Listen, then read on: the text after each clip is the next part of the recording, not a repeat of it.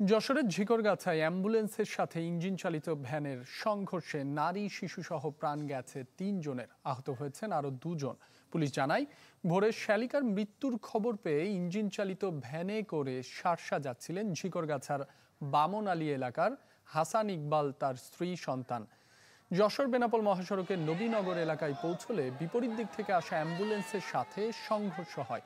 এতে ঘটনাস্থলেই হাসান ইকবাল, তার মেয়ে রত্না খাতুন ও মারা যান নাজমা খাতুন নামে এক নারী। আহতদের উদ্ধার করে যশোর জেনারেল হাসপাতালে ভর্তি করা হয়েছে।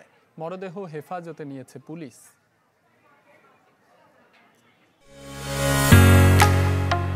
ঢালাইয়ের সেরা প্রিমিয়ার সিমেন্ট।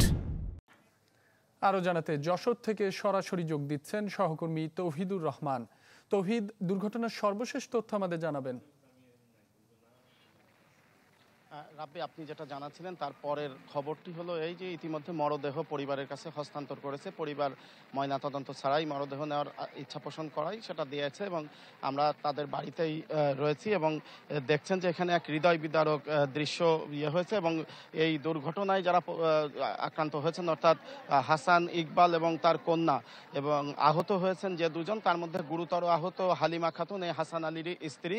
তারা আসলে যাচ্ছিলেন যে হাসান আলীর শ্যালিকা আজ ভোরে মারা গেছে ক্যান্সার আক্রান্ত হয়ে। সেই খবর পেয়ে মূলত শালিকার মরদেহ দেখতে তিনি তার স্ত্রী সন্তানকে নিয়ে রওনা হয়েছিলেন।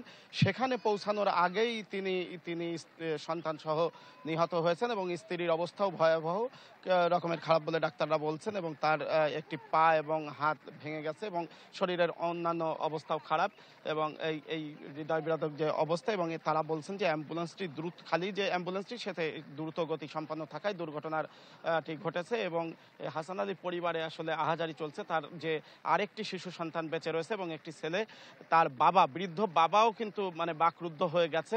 মাত্র 2 মাস আগে হাসান আলীর মাও কিন্তু মারা গেছে। অর্থাৎ এই বাড়িতে শোক কাটিয়ে ওঠাই যেন একটি কঠিন ব্যাপার হয়ে দাঁড়িয়েছে বলে এখানকার মানুষ এবং তার স্বজনরা বলছেন। এখানে স্বজনদের কান্নায় বাতাস ভারী হয়ে উঠছে। পুরা গ্রাম জুড়ে এখানে এক ধরনের শোকের মাতম চলছে। রাব্বি। তৌহিদ, আপনাকে ধন্যবাদ। যশোর থেকে যোগ দিয়েছিলেন তৌহিদুর রহমান।